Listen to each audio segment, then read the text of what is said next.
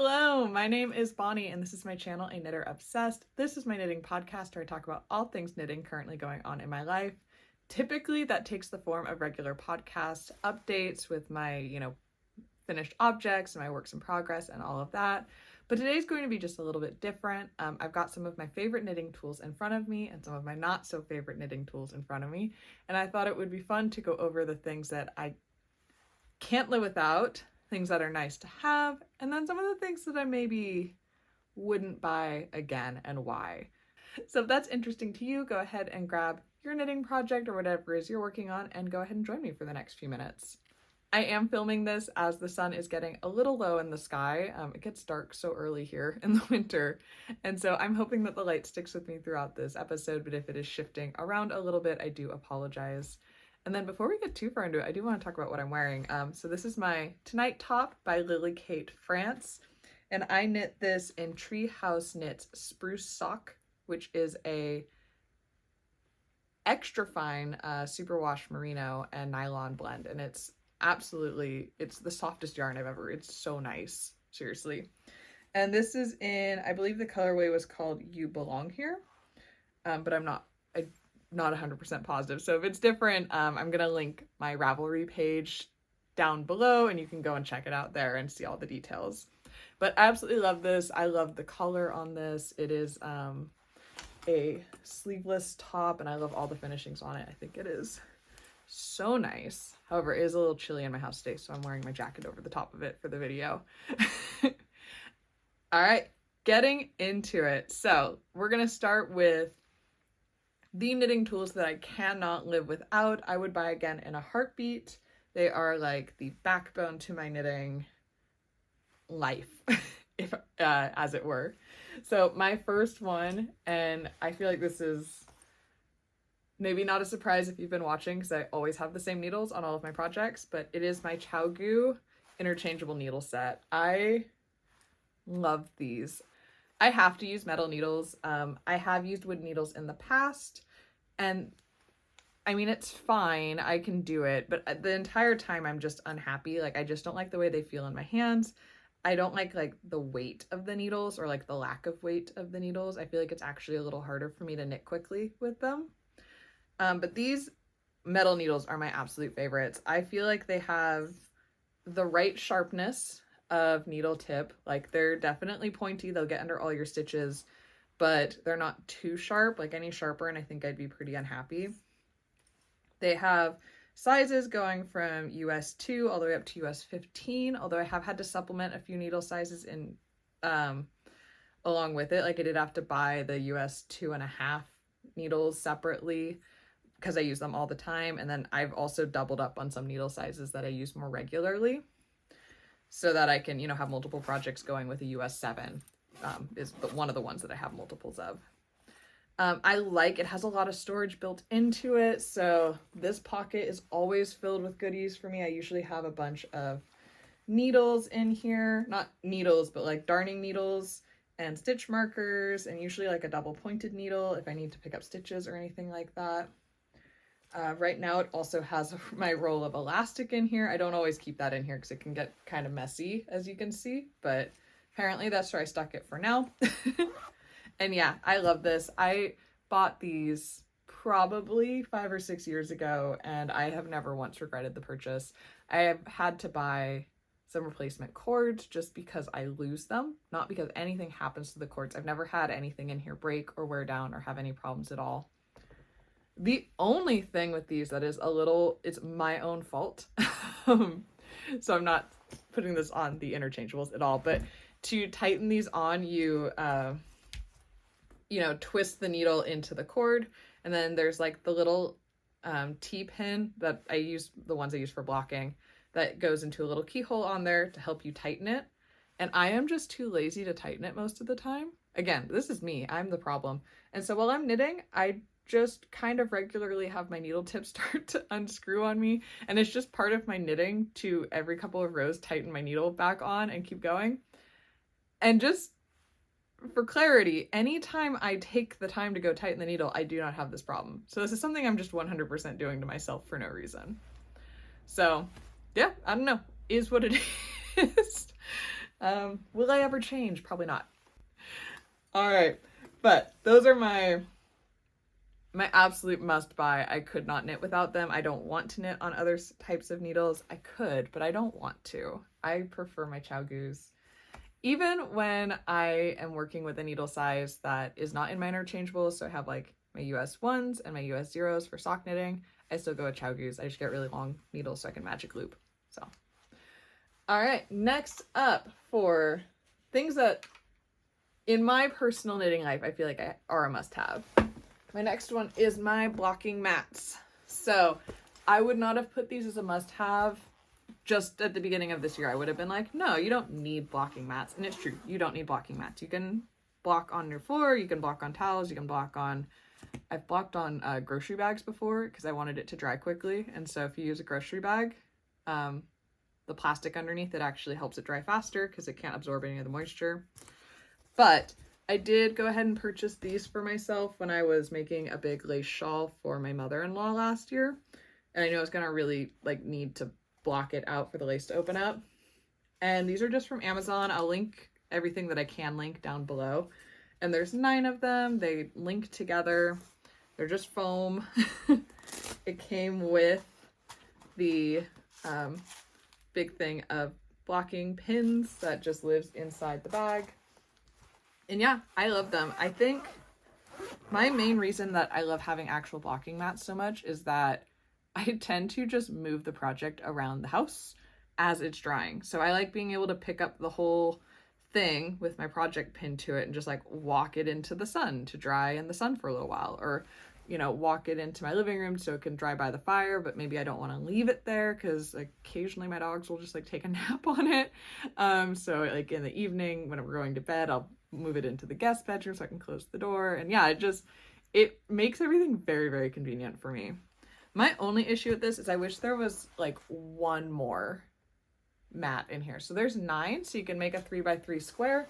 But like the other day, I really needed to make a 2x5 rectangle for the project I was blocking, and like you can't do that. So I had to get a little creative with how I dealt with the one corner I was missing.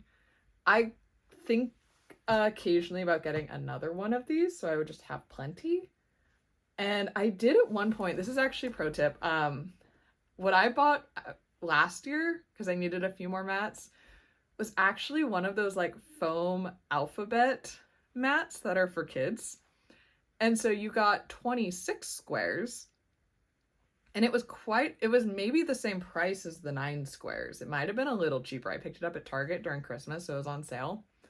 And that was fantastic. I loved that. The only problem was occasionally the letter would want to pop out of the center of the foam rectangle. It was fine. I just popped the letter back in.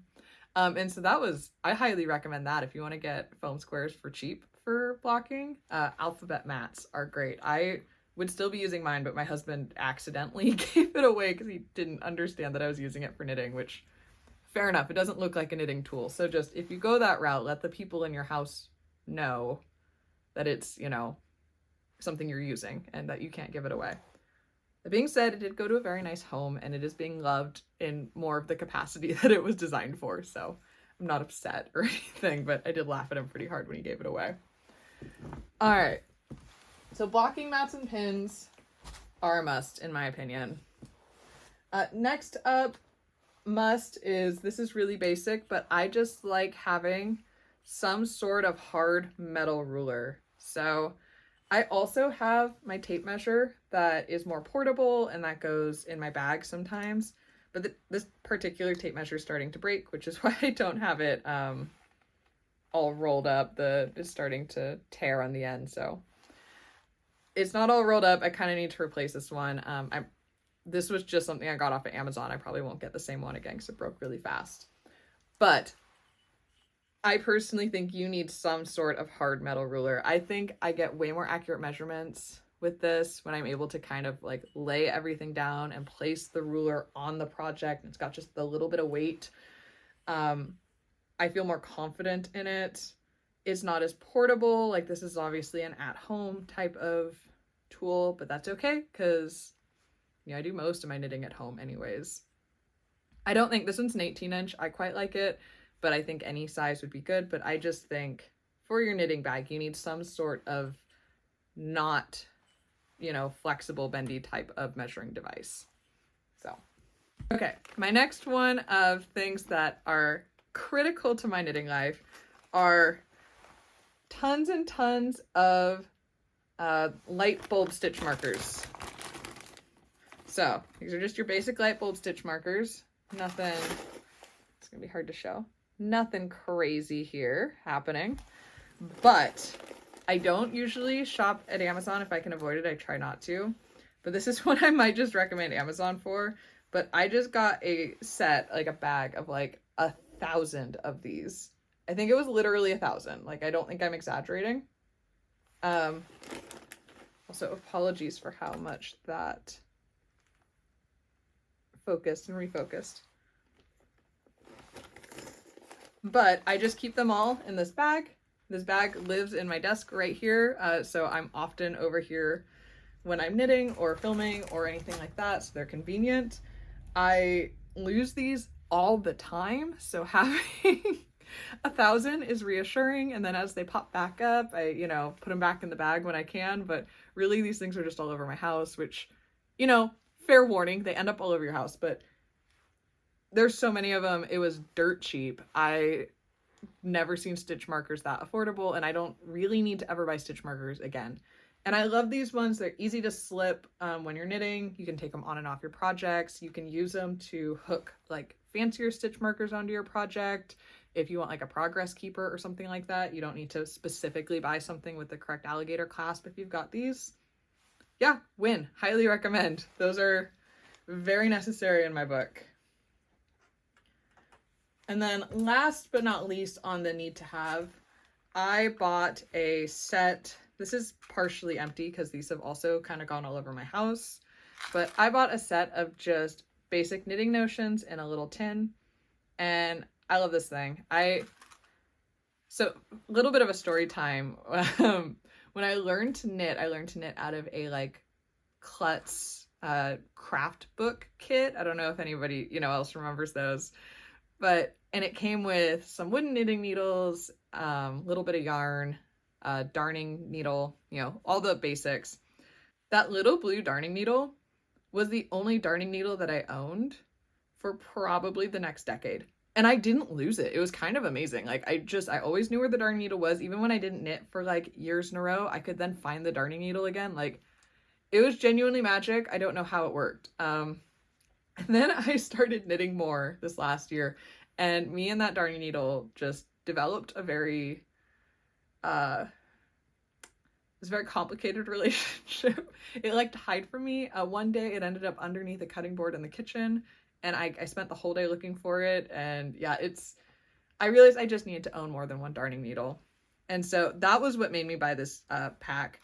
But I've loved it. It has curved darning needles. It has dull ones. It has sharp ones. It has really large eye ones. It obviously also came with some stitch markers, which, spoiler, I don't use those. I don't like how thick they are because they are the plastic ones. They're not my favorite. But it also came with needle tips, like stoppers, and I have used those and I quite like them. They fit my Chiaogoos really nicely. So yeah, I will link this. I think just investing in a little kit like this that has like maybe slightly more than you need is just nice to have. It just makes things feel a lot less like overwhelming. You don't just have one darning needle that could or could not be under your cutting board. All right, moving on to things that are nice to have, in my opinion. I could knit without these, I could do without them, but they make my knitting life better, and I do enjoy having them. So the first one is going to be little tiny cute scissors. So these are my scissors I got at my local yarn store. They always have them by like the cash register. And I do have a little holster for it, like a little leather holster, but I don't know where that is at the moment. I honestly think it might be in my purse. But I do like this. So usually they have a little leather holster on them, and in the leather holster I keep the scissors and a darning needle. And then I usually also will hook, oh my gosh, there's stitch markers going everywhere. I'll hook a stitch marker or two on the scissors. So that way when I travel, I have a darning needle, scissors, and a couple of emergency stitch markers if I need it. And I'll just toss that whole thing in my purse with my project, and it's really nice, and I always have what I need. So I think these are great. I think you can use any scissors you want while knitting. I often use my kitchen scissors. I often just break break yarn with my hands. I use nail clippers to cut my yarn. Like, you don't need tiny scissors, but they're really nice to have, and they're cute, and I like them. So highly recommend. Next things that I think are nice to have. I just showed you that I have 1,000 stitch markers, and I don't actually need any more, but cute stitch markers are a nice treat for your eyes while you're knitting. So I do like to use a fancier stitch marker for beginning of round, and then I use the more plain ones on everything else that I need a stitch marker for. And so I do have a little collection of cute ones. The mushrooms might be my favorite.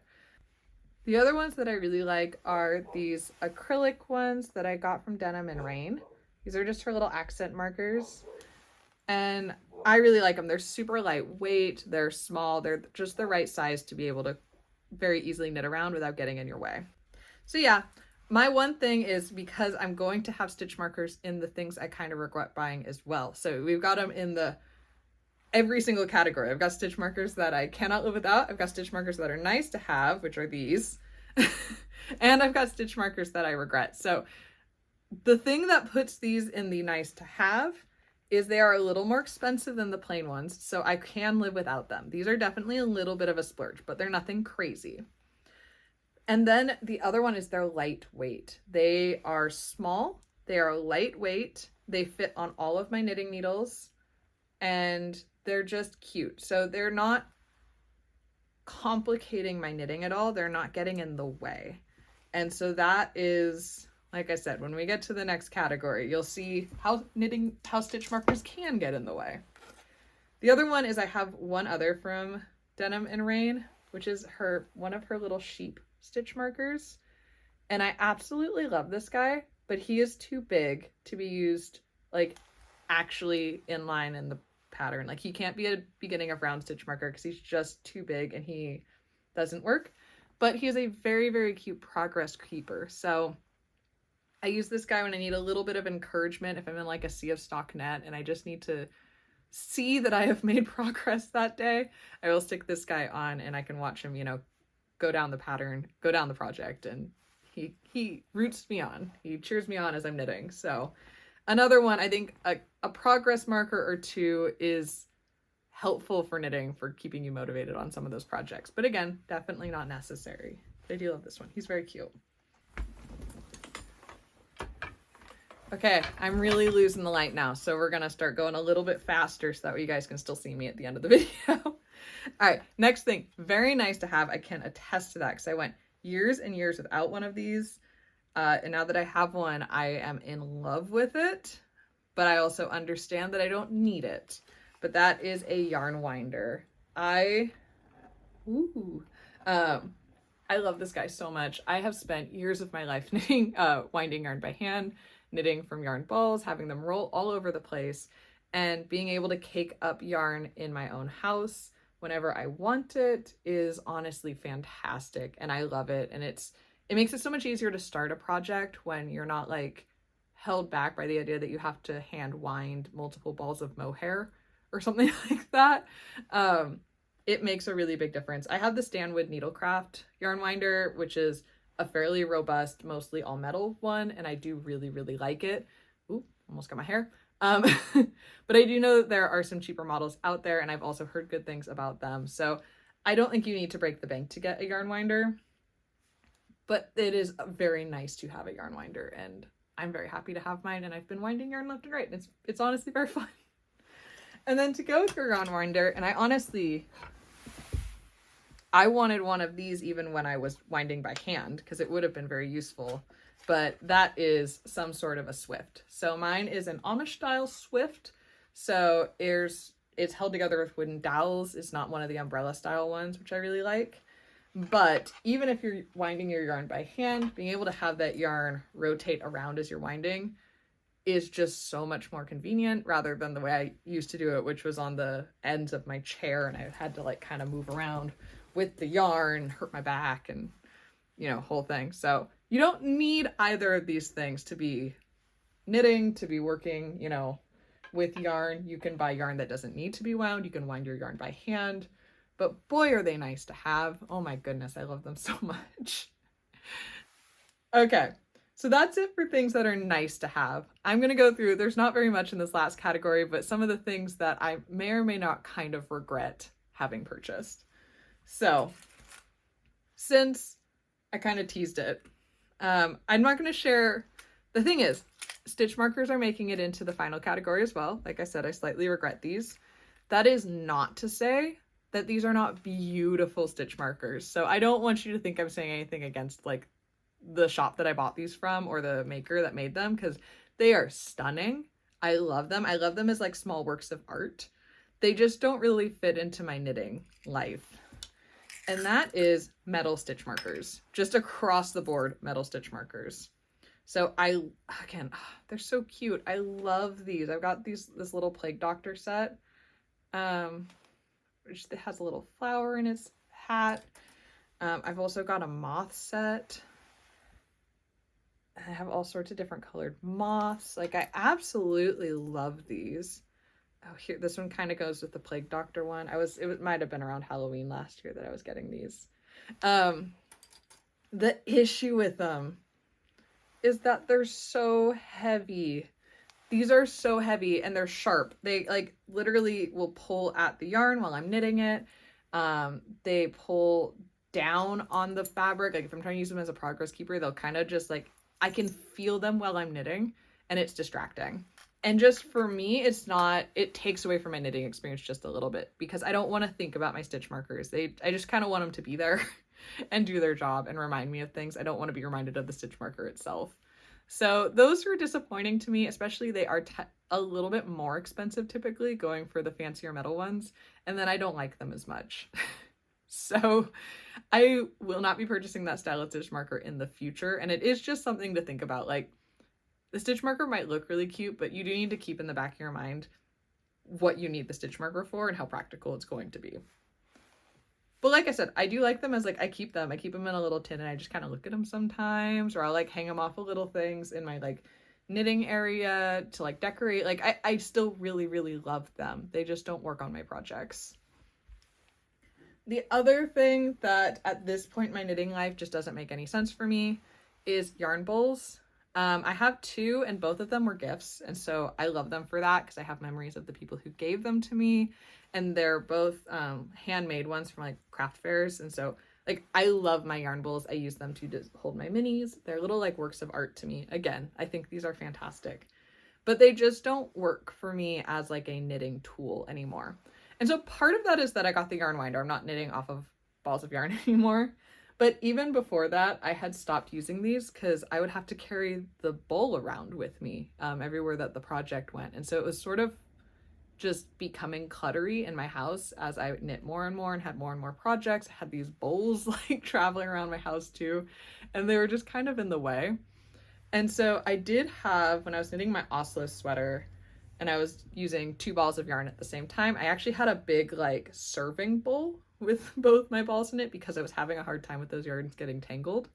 So like I do like the idea of bowls, but it's just like specifically a yarn bowl, it doesn't really make a ton of sense to me. Like even when I was knitting a balls of yarn, I never ever used the like actual thread through part. I just stuck the ball of yarn in there and pulled it out. Like any bowl works. The yarn isn't going to leap out of the bowl most likely unless you have like this much yarn left, in which case at that point it's going to do whatever it wants to do no matter where you put it. So I think they're lovely. I love displaying my minis in them. I think they're really cute. I will never buy another one, and I don't need any more. I don't even need these two. My life would be the same without them. So, yep. Other than that, I don't think there's anything I really else regret. I don't buy a ton of knitting gadgets or tools necessarily, and so what I have is fairly bare bones. And what I've learned going through this list and thinking about this for the video is that the things I love the most are the most simple. I do just like very basic design. I don't like things to be fussy. I don't like for them to require any thought or attention from me. So I like very basic knitting tools. That being said, I was sort of eyeing an I-cord maker the other day because I've been making a lot of like small ornaments and gifts for people that need a lot of I-cord, and I'm getting very tired of knitting I-cord.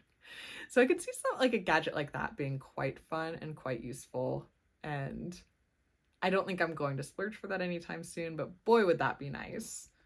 But yeah, most of my knitting money goes towards yarn, if I'm being really honest, and I think that's okay. I think that's pretty valid. So but yeah, these are the tools that I use. I'd be super interested in what you guys use. Do you like recommend for anything to me to try? Or if there's anything you really would like a review on, or you're really curious how it works and you'd like to try, I'd be interested in, you know, acquiring some things for the channel and testing them out for you guys. I love the idea of those types of videos. I love watching them. So if you have any suggestions for those, let me know down below. And yeah, I hope this was fun for you guys. I had actually quite a bit of fun putting this together because it was interesting to like get all of my things in one place and like see what I have and what I like.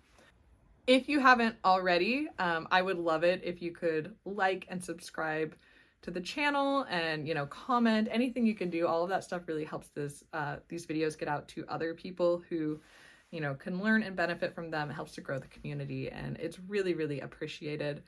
And yeah, I will see you guys on the next one. I hope you are having a great day. I hope you got some knitting in. Bye.